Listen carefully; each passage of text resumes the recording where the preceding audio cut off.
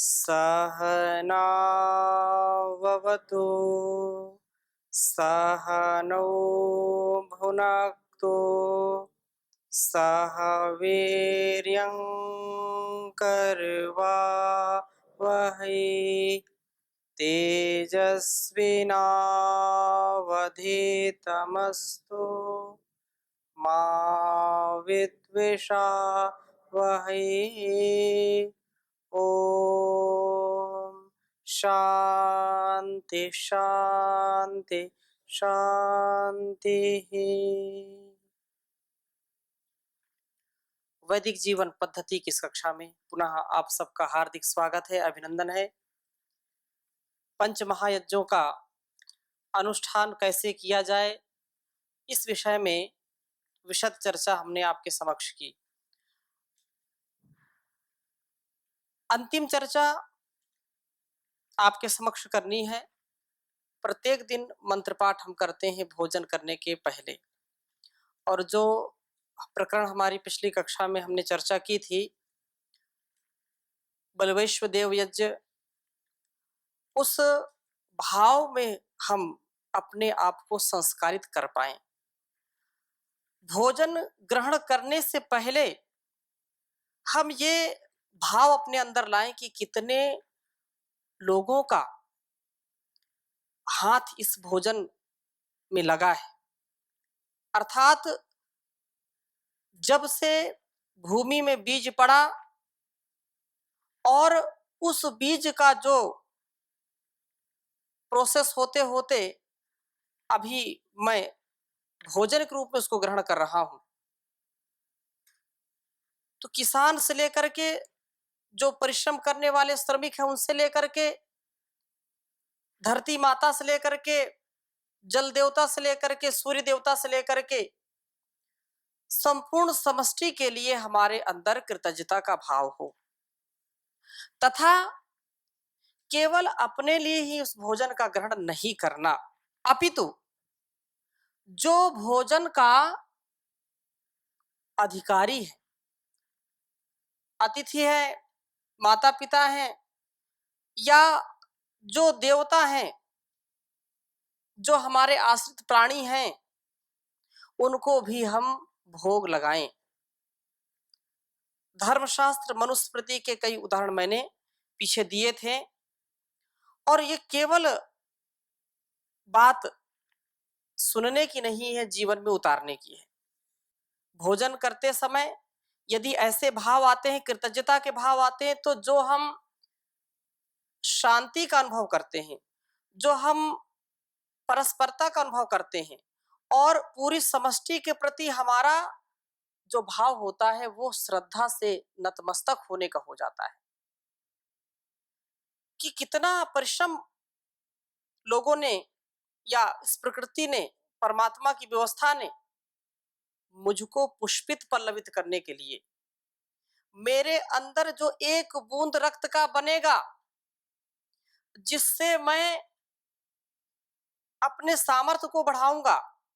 भोजन हम करते हैं, कितनी बड़ी फैक्ट्री लगी हुई अंदर, अगर इस फैक्ट्री का यहां पर हम प्रदर्शन करना चाहें, या ऐसी फैक्ट्री जैसे पेट में है इसको बनाना चाहें, तो मीलों लगेंगे। कोई छोटी सी फैक्ट्री बनाता है तो काफी एरिया तो घेरता है ना। लीवर अपना काम कर रहा है, आंतें अपना काम कर रही हैं, हम ठोस भोजन करते हैं और वो रस में बदल जाता है। रस, रक्त, मांस, मेद, मज्जा, अस्थि, शुक्र, तेज, ओज, इस सप्त धातुओं में कैसे परिवर्तित हो जाता है कोई ऐसा प्रोसेस? कोई नहीं है। तो उस परमात्मा ने जो अंदर व्यवस्था की है और जो बाहर की है, उसमें मैं तो केवल एक उपभोक्ता हूं।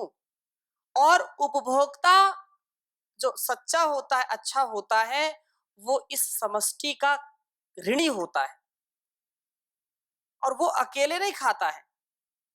इसलिए हम इस बात पर विचार करें कि अकेला खाने वाला केवल पाप को खाता है, और यही बात चींटी से लेकर के पशु पक्षी, जो गाय, कुत्ते, बिल्ली, कौवे आदि और कृमियों तक का उदाहरण दिया है, और वो बहुत महत्व का है। संसार में कुछ भी निरर्थक नहीं बनाया ईश्वर ने, सब सार्थक है, सब हमारे लिए है। समष्टि के अंदर जो कुछ भी है वो व्यष्टि के लिए है। समाज में और इस संसार में जो कुछ भी किसके लिए है? मेरे लिए है।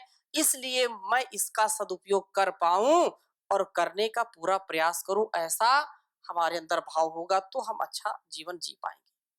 कई बार मैंने इस बात को बताया, छोटा सा घास का तिनका, जो घास नीचे होती है जमीन पर बिल्कुल, और उसको कथानक समझाने के लिए होते हैं कि भाव क्या है, इससे इसका सार क्या है बात का। घास परेशान हो गई कि लोग मुझको बढ़ने नहीं देते, न मेरे अंदर फल बनाया ईश्वर ने, न फूल बनाया, लोग काट देते हैं, मैं पनपने लगती हूँ, लोग काट देते हैं। गाय, भैंस या जो भी पशु पक्षी हैं वो मेरे ऊपर चलते फिरते हैं और मैं दूसरों के पैर के नीचे ही रहती हूँ। अरे कोई अच्छा सा वृक्ष बनाता ईश्वर मुझको, तो मैं भी बढ़िया अच्छे अच्छे फूल और फल देती, लेकिन मुझको तो इस संसार में सबसे निकृष्ट बना दिया। ऐसा हीन भाव उसके अंदर आ गया। घास तो घास है, तृण है, और वो नाराज हो गई, परेशान हो गई।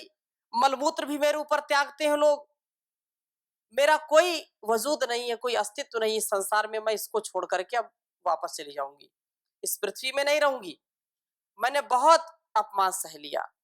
ऐसा विचार करके वो ईश्वर के पास गई।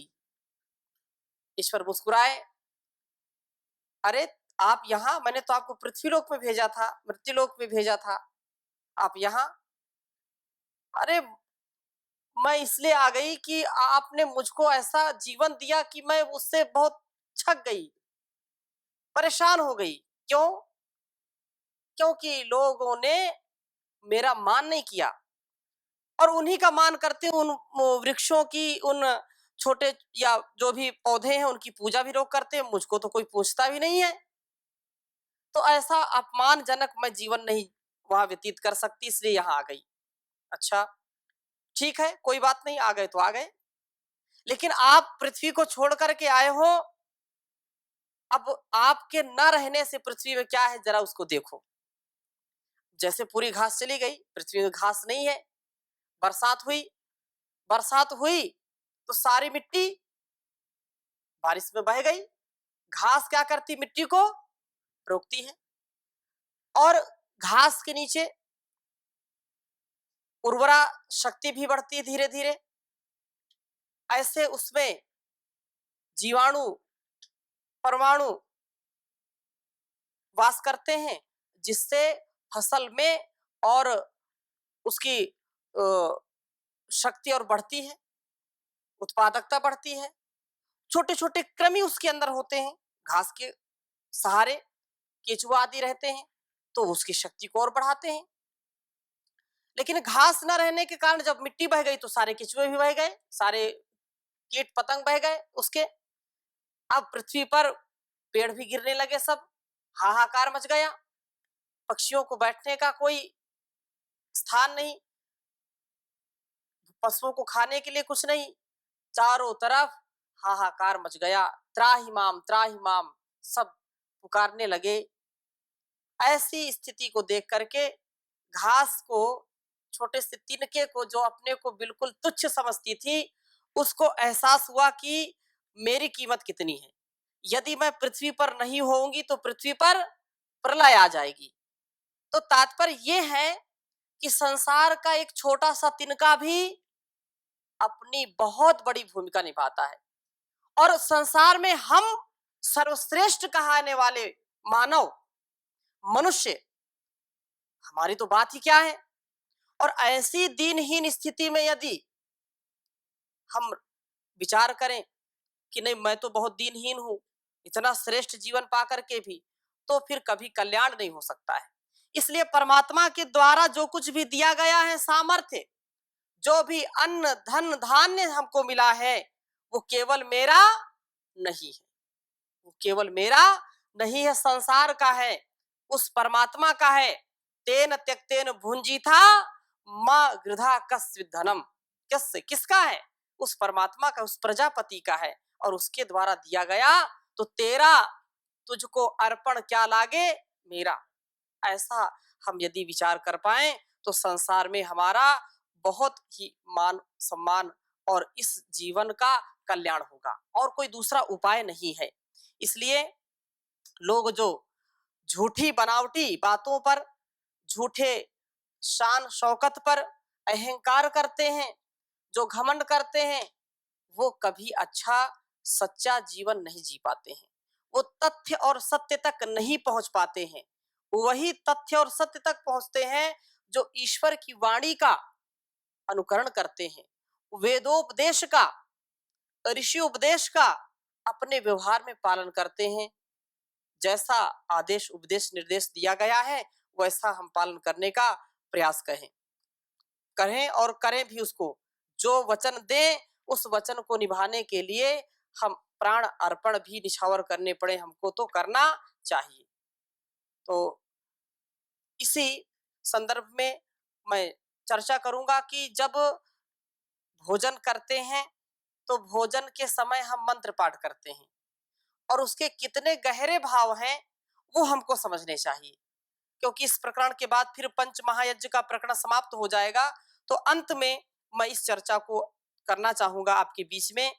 भोजन मंत्र, क्योंकि आप तीनों टाइम बोलते हैं, प्रभात में भी, मध्याह्न में भी और सायंकाल में भी, क्योंकि आप पुरुषार्थ करते हैं, दंड भी लगाते हैं, पढ़ते भी हैं, तो 3 टाइम खाना तो ब्रह्मचारियों का स्वाभाविक है। लेकिन अल्पाहार करते हैं तो भरपेट तो खाते नहीं हैं, कभी बहुत स्वादिष्ट हुआ तो खा भी लेते हैं।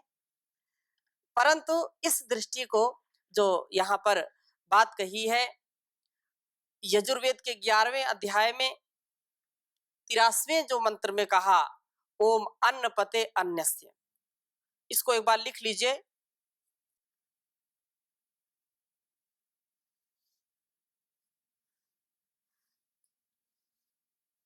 ओम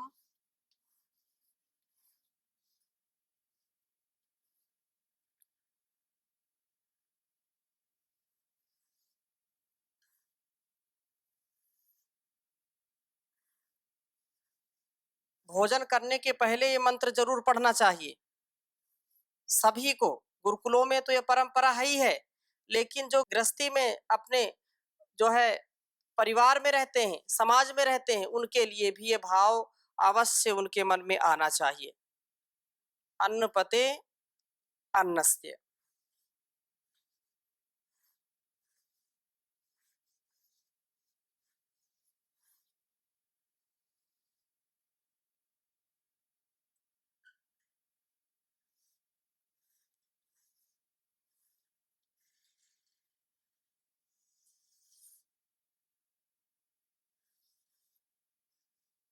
नो देह्य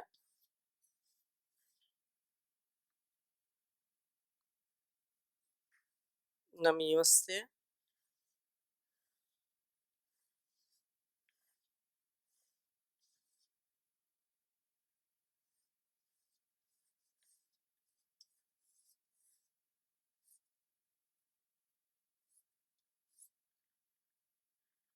सुष्मिणः।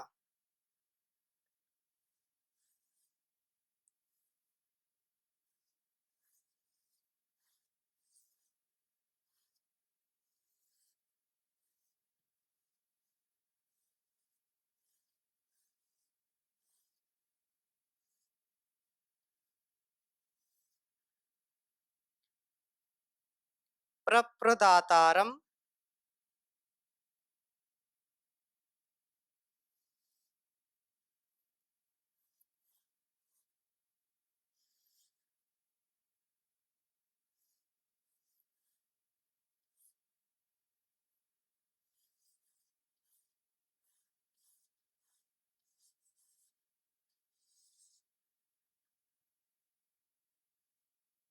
तारिश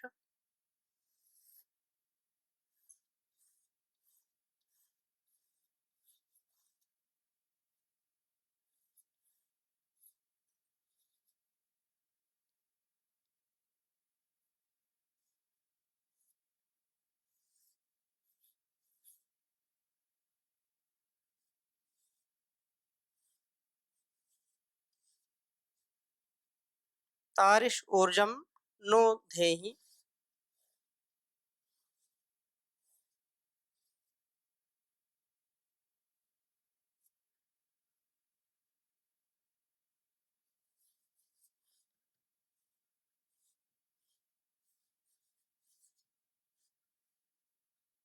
द्विपदे चतुष्पदे।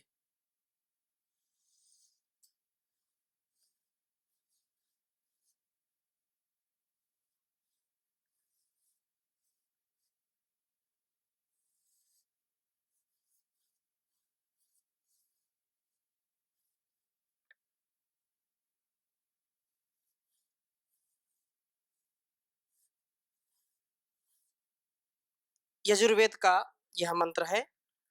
ओम अन्न पते अन्नस्य नो दह्यनमीवस्य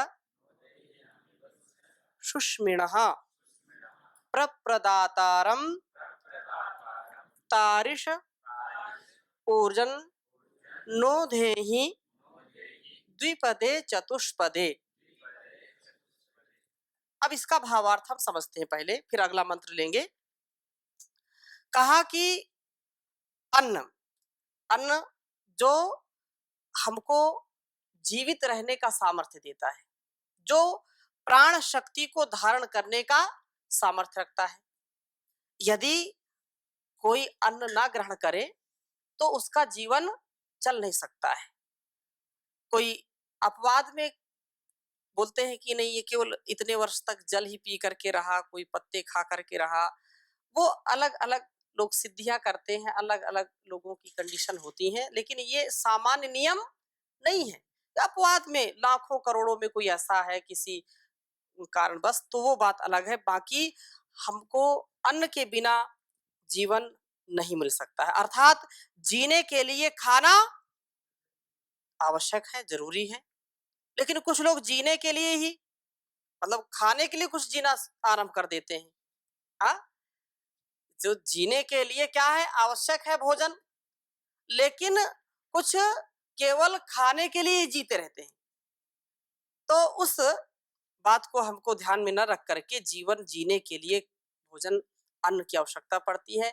और अन्न के रूप में जो कुछ भी मिलता है, केवल जो भोजन हमको मिलता है वही अन्न नहीं कहलाता है। जिससे भी हमारे प्राण पुष्पित होते, पल्लवित होते, प्राण हमारे शरीर में स्थिर रहते हैं, वो अन्न के रूप में ही होता है, जो भी हम फल फूल आदि का ग्रहण करते हैं।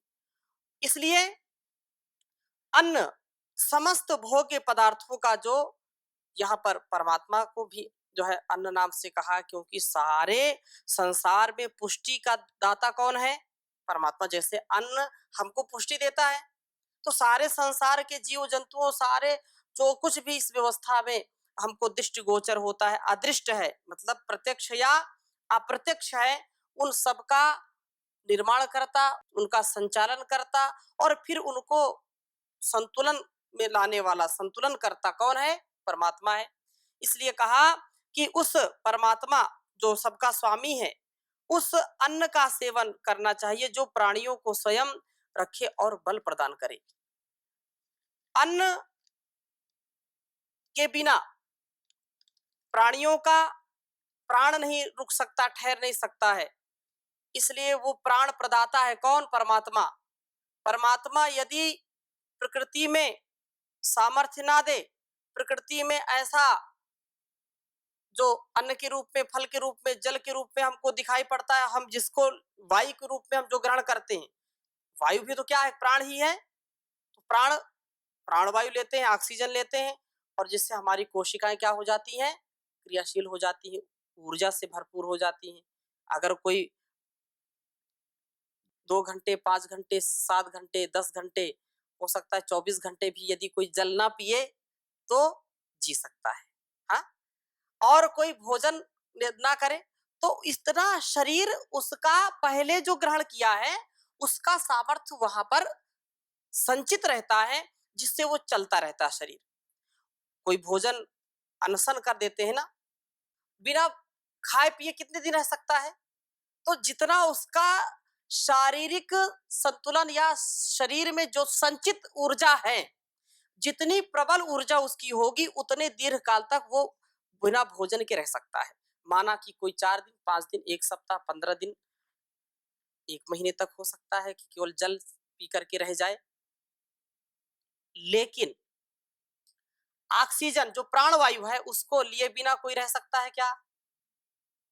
उसको 2 मिनट भी ना ले तो बड़ा जो है फिर यहाँ उसका कुछ रहेगा नहीं, राम नाम।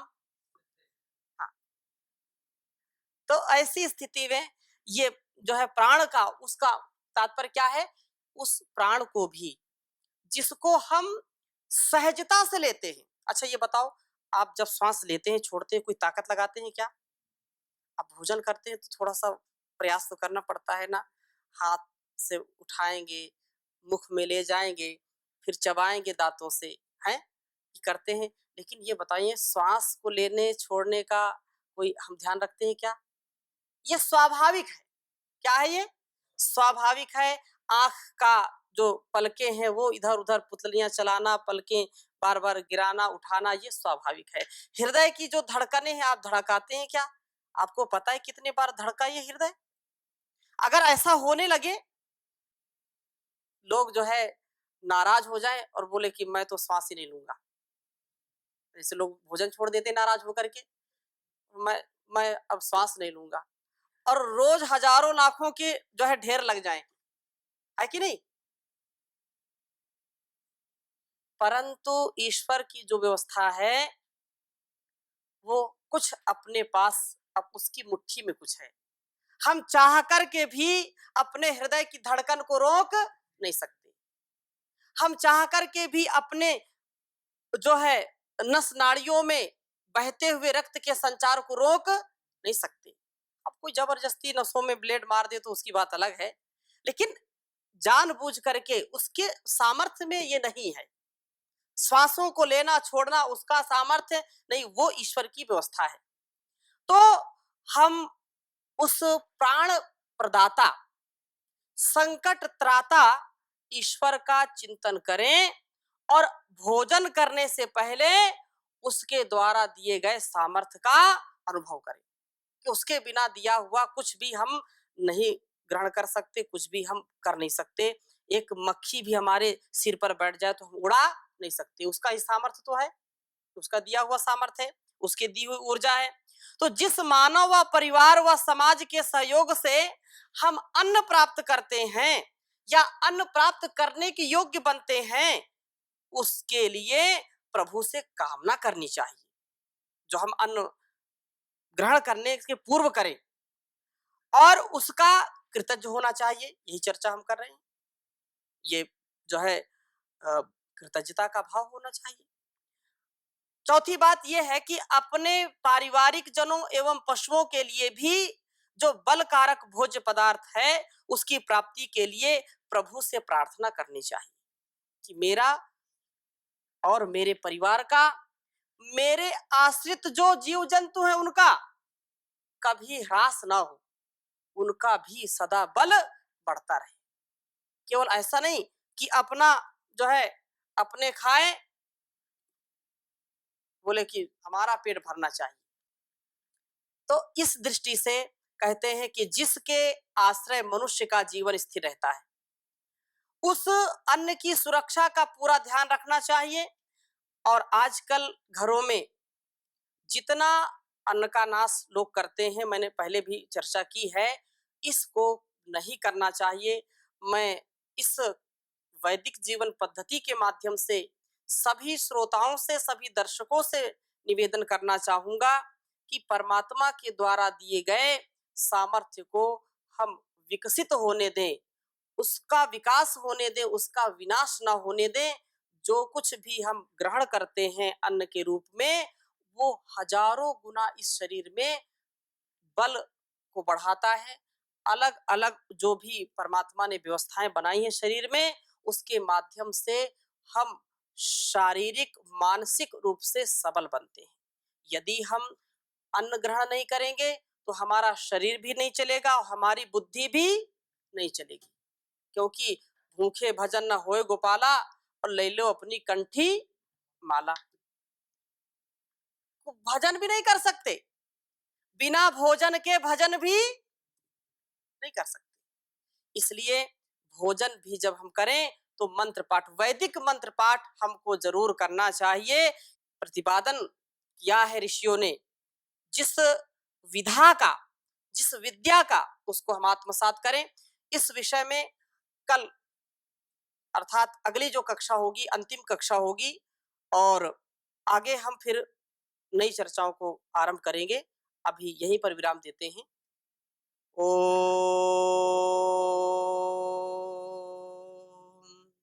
शांति शांति शांति।